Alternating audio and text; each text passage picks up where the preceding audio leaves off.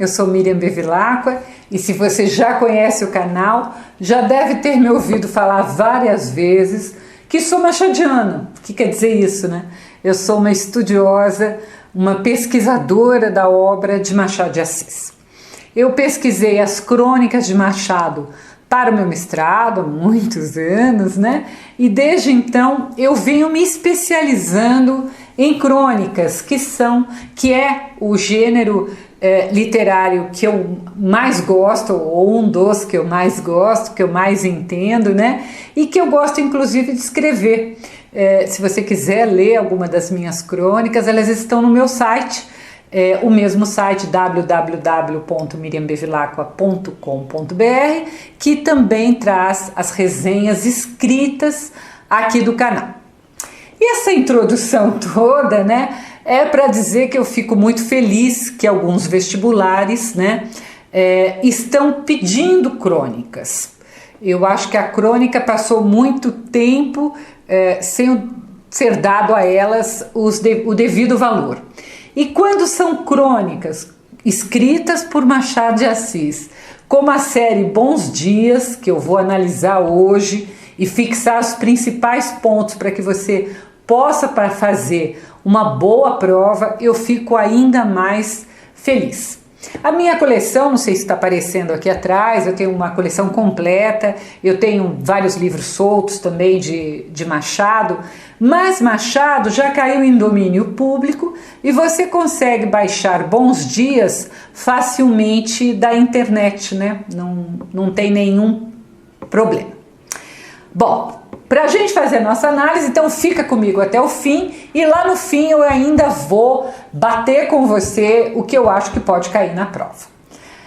Primeiro vamos entender crônica. Crônica vem do grego kronos, que significa tempo. Então, a crônica, ela é sempre um texto ligado ao tempo. Que tempo é esse? É o tempo do escritor, o tempo em que o escritor vive. Ele pega os fatos que ele e a sociedade à sua volta estão vivendo, ele usa esses fatos para construir o seu texto.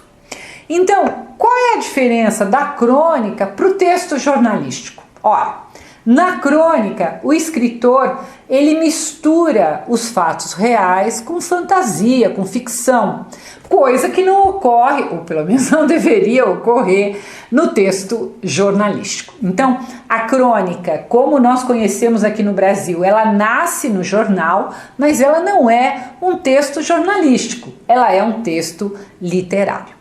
Bom, o Machado ele começa a escrever crônicas em 1859, numa revista carioca, que era uma revista meio de literatura, de moda, de arte, né, chamada O Espelho.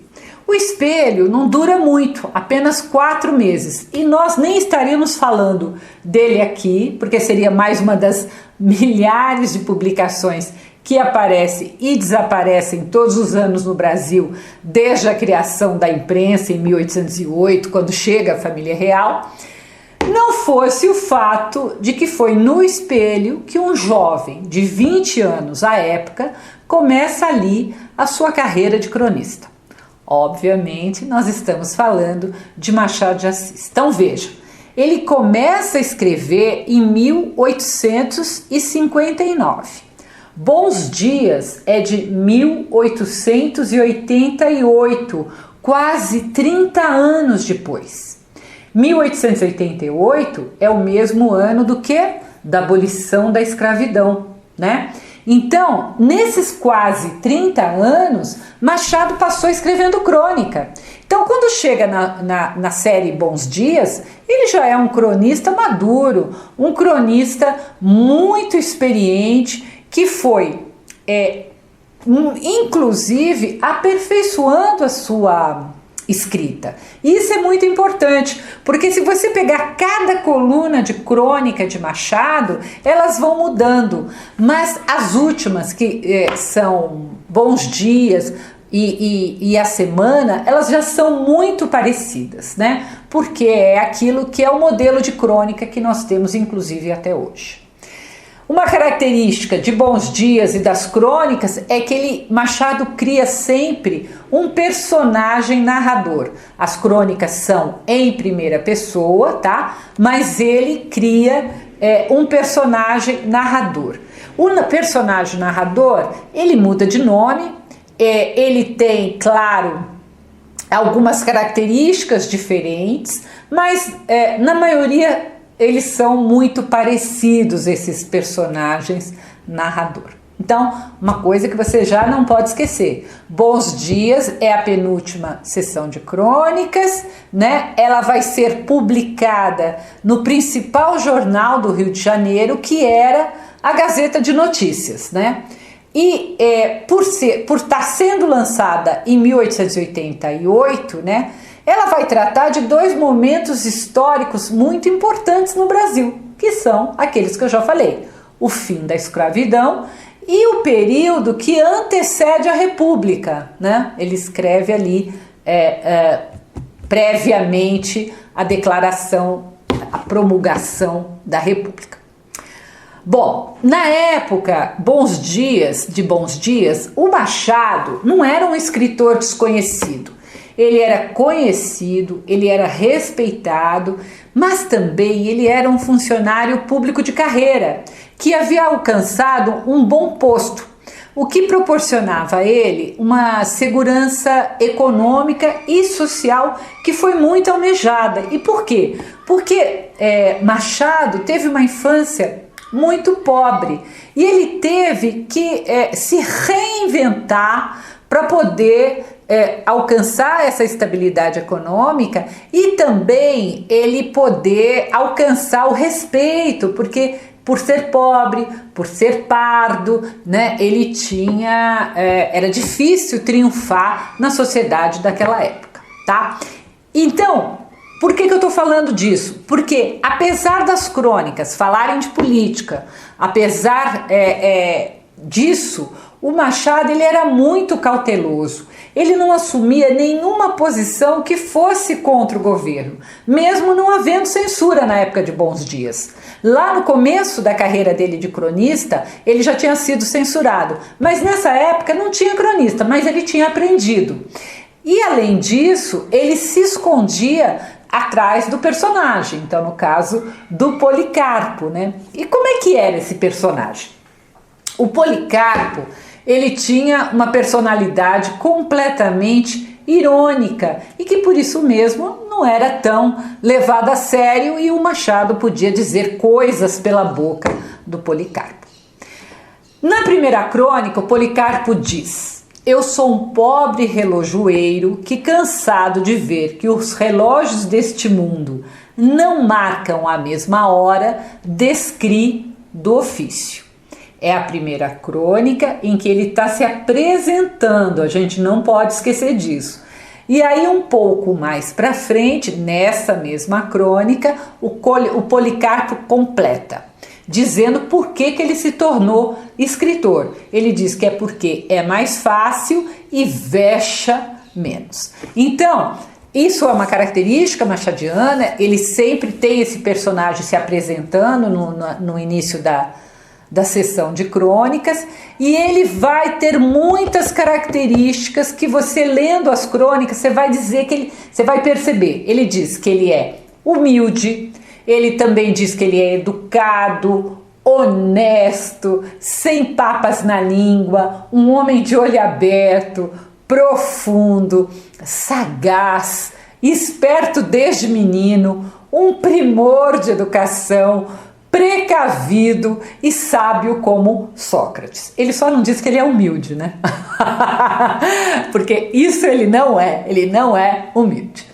Aqui eu quero abrir um parêntese para dizer que eu vejo algumas análises, principalmente na internet, equivocadas, que dizem que ele assina a sessão como Boas Noites, como se fosse o nome dele. Não, tá errado, essa análise está errada.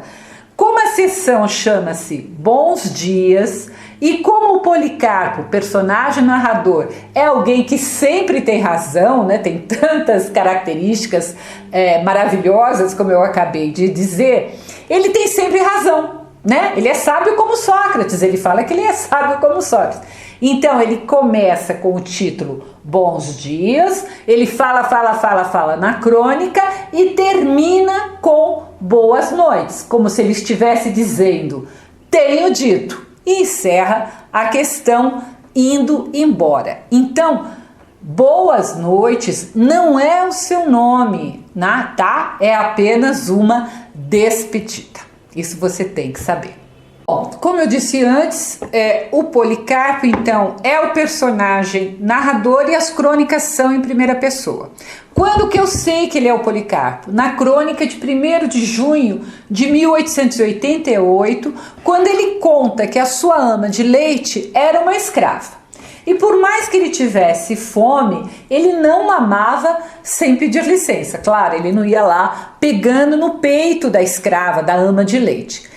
Nesse momento, ele diz que a ama respondia, mas Policarpo, tu tens direito a ser aleitado. Então, se você tem qualquer dúvida que o narrador chama-se Policarpo, leia essa crônica. Bem, além do uso desse personagem narrador e de tantas situações reais, mas entremeadas de ficção, a série Bons Dias, composta de 48 crônicas, ela tem uma unidade. E essa unidade é tão bacana que você pode ler as 48 quase como se fosse um romance. Você tem um personagem narrador, esse personagem narrador ele vai ter um criado, vai ter uma ama de leite, então você vai vendo outros personagens também. Claro que esse exercício da crônica, essa unidade que eu estou me referindo, não deve ter passado despercebido a Machado, porque eu vejo, e eu fiz um estudo disso, muitas situações das crônicas, que nas crônicas são rápidas, né? Porque a crônica é um texto bastante curto. O que vai acontecer? O Machado vai pegar e vai desenvolver melhor aquela ideia que já apareceu na crônica, no romance. Então, as crônicas, para quem quer estudar Machado, é muito importante. Bom, então, como eu disse antes, sempre tem elementos da realidade do escritor, que podia ser fatos que ele leu no jornal, podia ser anúncios. Eu achei muitos anúncios que foram fontes de inspiração para Machado, ou podia ser a percepção, as pessoas que estavam ali à sua volta. São crônicas de extrema qualidade e requintes de linguagem, né? E ele vai entremeando esse real e essa ficção, criando uma obra única, né? De muito valor.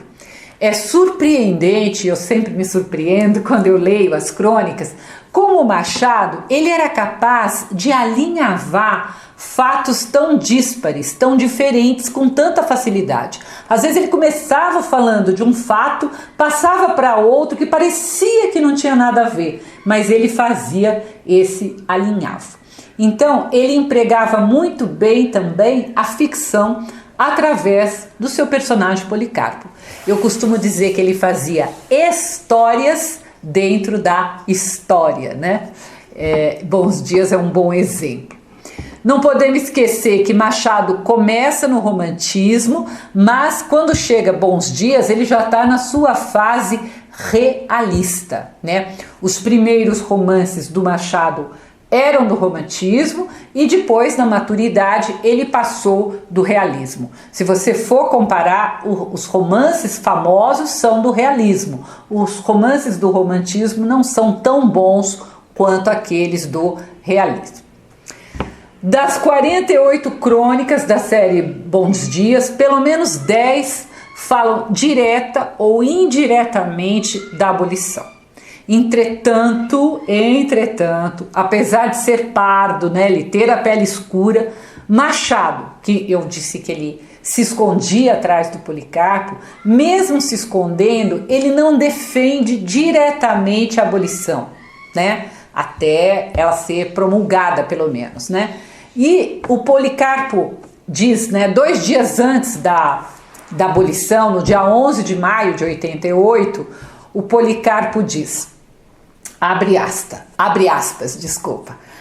Lá que eu gosto de liberdade é certo, mas o princípio da propriedade não é menos legítimo. Olha lá, ele ficou em cima do muro, concorda com a abolição, mas concorda com os donos de escravos não perderem os seus escravos.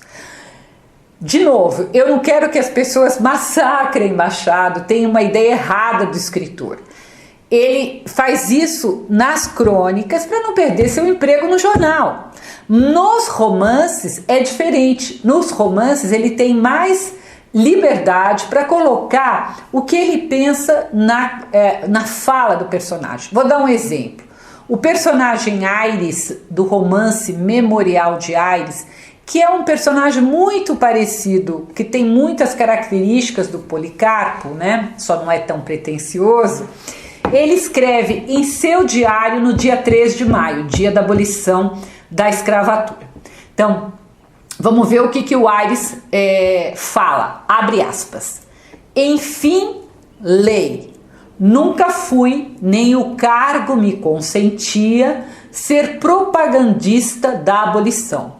Mas confesso que senti grande prazer quando soube da votação final do Senado e da sanção da regente. Então, ele já está explicando, o cargo de funcionário público não permitia que ele defendesse a abolição.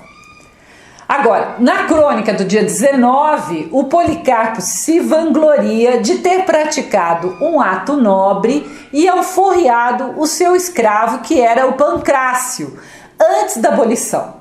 Ele comenta que ele havia feito na segunda-feira anterior, né? Ou seja, ele nem esperou a abolição simplesmente porque ele concordava com a abolição.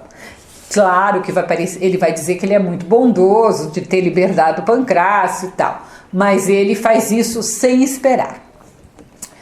Na série Bons Dias, o Policarpo critica os políticos, discute o voto secreto, ele fala da corrupção dos brasileiros, que já naquela época era evidente, ele fala do carnaval, da chuva, da hipnose, de religião, sempre sendo o quê? Irônico e sarcástico. O que não falta é assunto. Ele diz na crônica de 21 de janeiro de 89, né? Falando do que ele costumava fazer. Ele diz, abre aspas, é meu costume, quando não tenho o que fazer em casa, ir por esse mundo de Cristo, se assim pode chamar a cidade de São Sebastião, matar o tempo. São Sebastião, gente, é São Sebastião do Rio de Janeiro.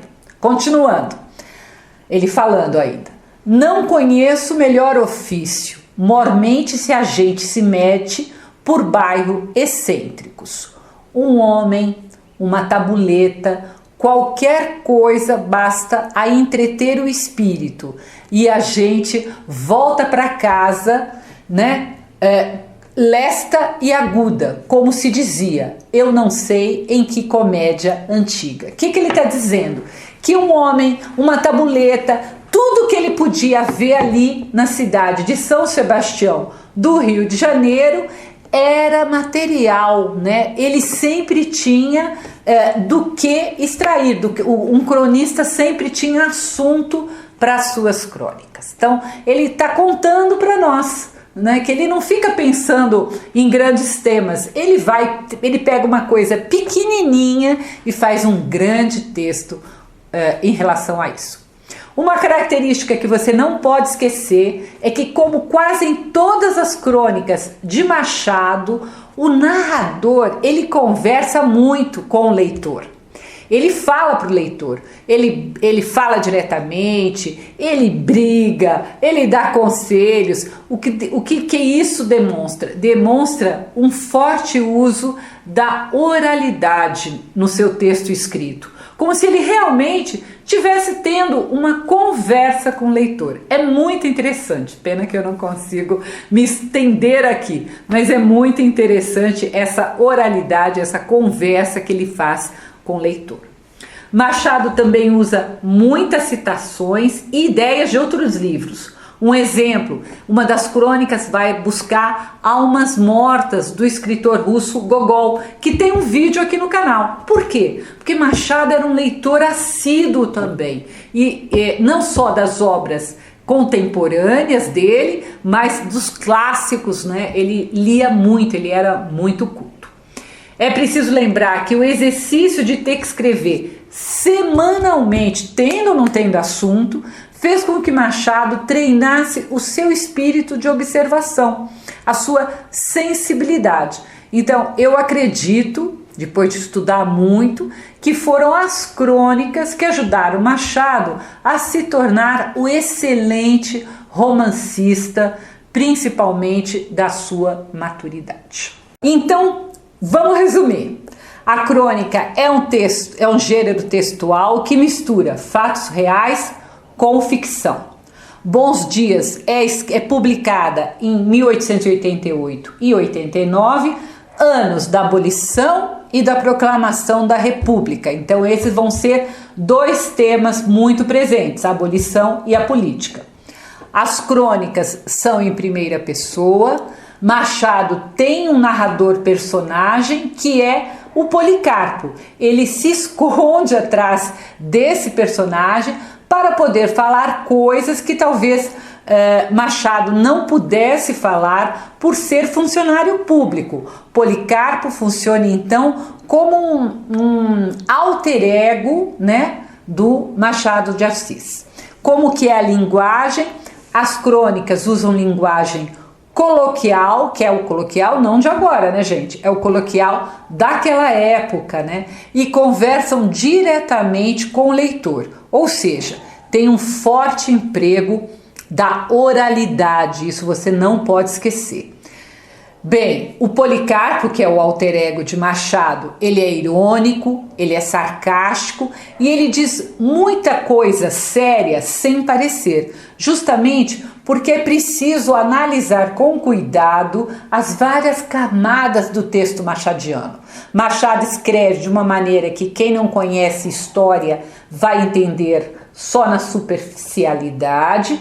Quem conhece a história daquele tempo vai entender outras camadas. Quanto mais você tem repertório, mais você entende as camadas de Machado de Assis. Por isso que ele é considerado simplesmente o maior escritor brasileiro de todos os tempos, né? Não é à toa, né? Parece que é à toa, mas não é à toa. Bem, a resenha ela está no meu site www.miriambevilacqua.com.br, como eu falei lá no início. Leia Bons Dias e, se possível, leia outras sessões de crônica de Machado. Elas são excelentes, eu prometo que você vai gostar e muito, né? Não deixe de se inscrever aqui no canal, continuo recomendando com resenhas sem spoilers muitas obras clássicas, modernas, como continuo também como hoje, tentando lhe ajudar a fazer o melhor vestibular. Até o próximo post.